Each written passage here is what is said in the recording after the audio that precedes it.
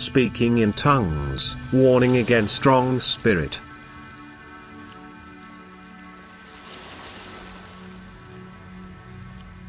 And then the human being will accomplish things which seem unnatural to other people, which far exceed a human being's natural ability.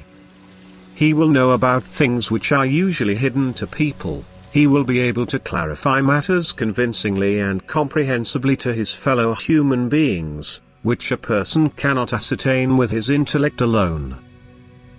He will be able to enter regions which are inaccessible to others. He will have the strength to cure sick, to perform miracles, or even be able to see the future clairvoyantly. Abilities will become evident which he never developed in himself. He will speak and also understand foreign languages when it is necessary and beneficial for other people's spiritual development. He will be influenced by divine strength in every way, but will generally only have one of these gifts, since the requirements vary for each spiritual gift and all requirements are rarely found in one person. But each spiritual gift has to fulfill its purpose, that is, it has to be possible to derive a benefit from each one. The gift of healing the sick, apart from physical recovery, will undoubtedly also contribute towards the soul's recovery, since people learn to believe in the power of the Spirit, which is activated by the healers as well as the sick person's firm faith. Predictions of future events, too, can motivate people to change their way of life, to do penance and return to God, because these predictions only ever relate to the earthly consequences of people's spiritually low level. Proclaiming the truth through the Divine Spirit also contributes towards the awakening of faith and a change of lifestyle, and again, should be regarded as a purely spiritual factor of utmost importance. Only what contributes towards achieving spiritual benefit can be described as the working of the Spirit, because whatever originates from God can't be anything but illuminating.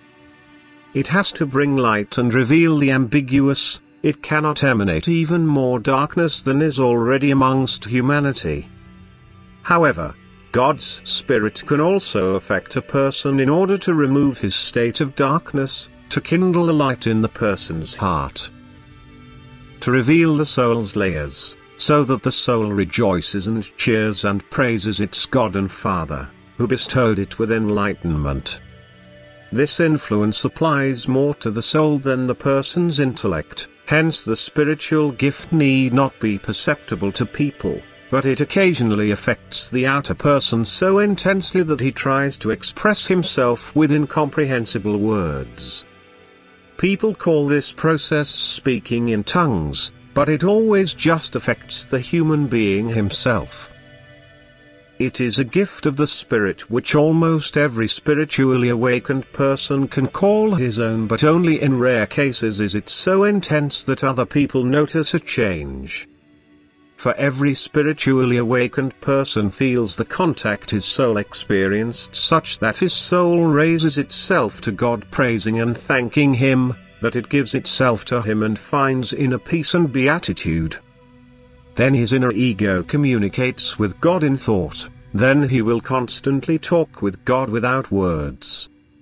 Everyone should endeavor to gain this spiritual gift for themselves in order to speak to his fellow human beings on behalf of God and His kingdom, in order to accomplish the redemption work himself as his co-worker, which is blessed.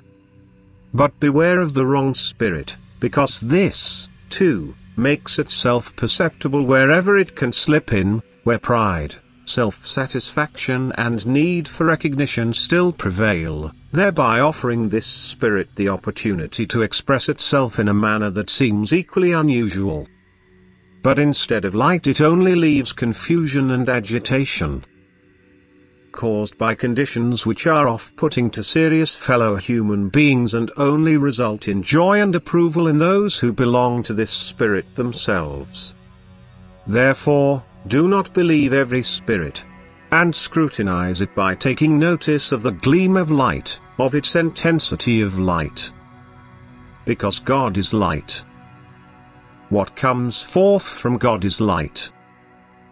And therefore divine gifts of spirit categorically have to leave an effect of radiant light, otherwise they are Satan's works of deception, which he will particularly use during the last days with the intention of dazzling people's eyes as well as their souls in order to plunge them into even greater darkness and render them unable to recognize the true light.